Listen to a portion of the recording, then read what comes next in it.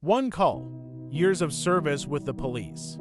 And there was one call that I'll never forget. It all started like any other night shift. The cold air, the quiet streets, the weight of another long night stretching before me. Years on the job had dulled the spark I once had. Now, I was just a number, clocking in and out. The monotony was broken by a sudden call on the radio.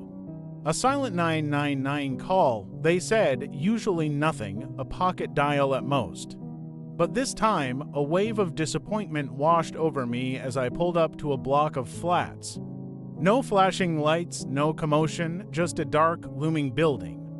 I sighed, resigned to the inevitable door-to-door. The building was a labyrinth, the air thick with a putrid stench that grew stronger with every step. It was the smell of death, a smell a cop recognizes instantly. My stomach lurched. Finally, a faint whimper drew me to a floor bathed in an unsettling darkness.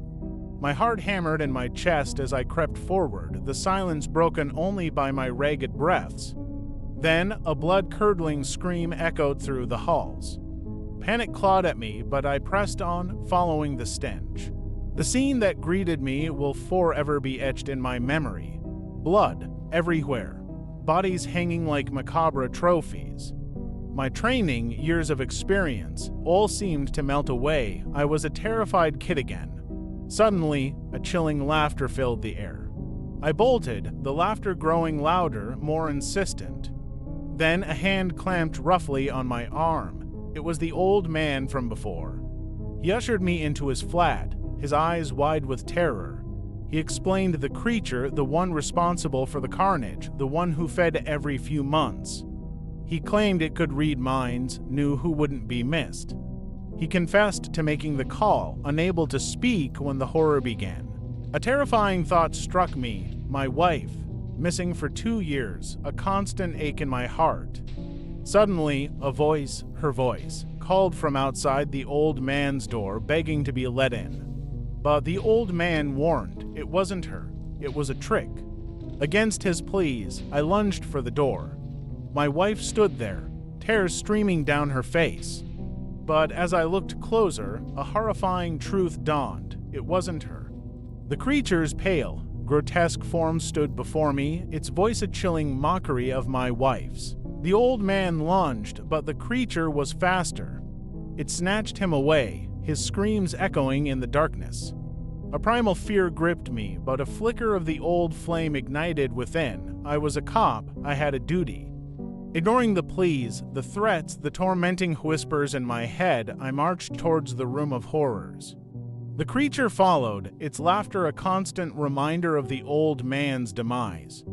As I neared the doorway, a hand with long, grotesque claws emerged from the darkness. The laughter grew louder, a voice promising me a fate worse than death. But then, the old man's words echoed in my mind. It chose its victims. Maybe escape was as easy as that. Taking a deep breath, I turned and walked away. The creature's pleas followed me out of the building. It threatened, it cajoled, but I kept walking. It wasn't trying to stop me.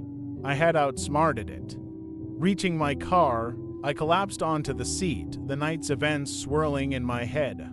There would be no report, no one to believe me.